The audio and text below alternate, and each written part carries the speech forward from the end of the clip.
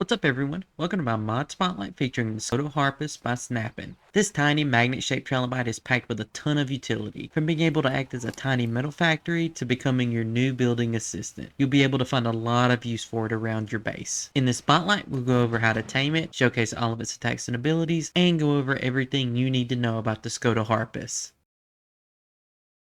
To start, you'll be able to find the Scotoharpes scuttling along the coastlines and along the bottoms of the oceans, very similar to their cousins the trilobites. Just be sure to keep an eye out as they can definitely be mistaken for each other at a distance.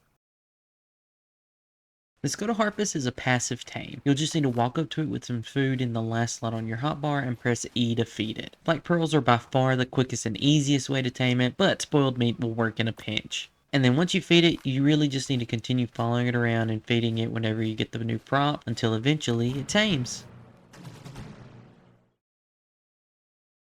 To kick off the abilities, we'll actually start by going over a brand new resource this mod adds called ferrous dust. This dust acts as an alternative to raw metal, meaning it can be used as a substitute in crafting recipes, or it can be smelted and refined into metal ingots. You're able to obtain ferrous dust via harvesting it from the corpses of wild Scotoharpes, but tamed ones will also produce it automatically over time in their inventory.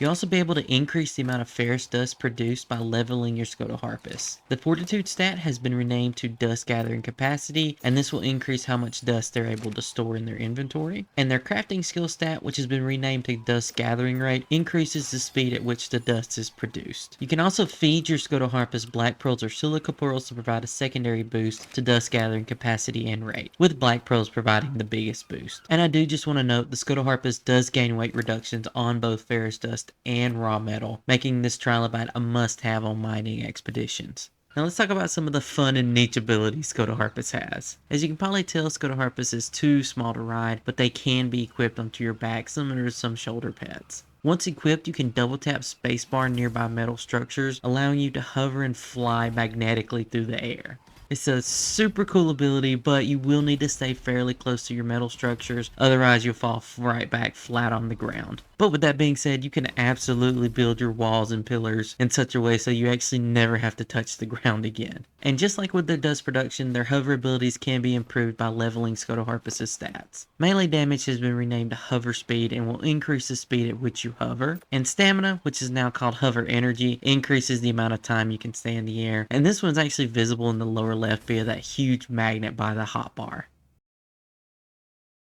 And I think that's going to cover just about everything you need to know about the Scotoharpes. Definitely not a big and flashy creature, but I still think it's packed with a ton of utility. Being able to produce metal on its own is such a huge benefit. It limits the amount of time you need to spend out mining, so you have more time to handle all the chores around your base.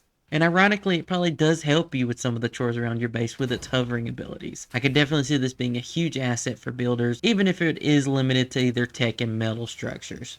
But let me know what your thoughts are on this creature in the comments. And if you liked the video, please like, subscribe, all that YouTube jazz, and I'll see you all next time. Thanks for watching.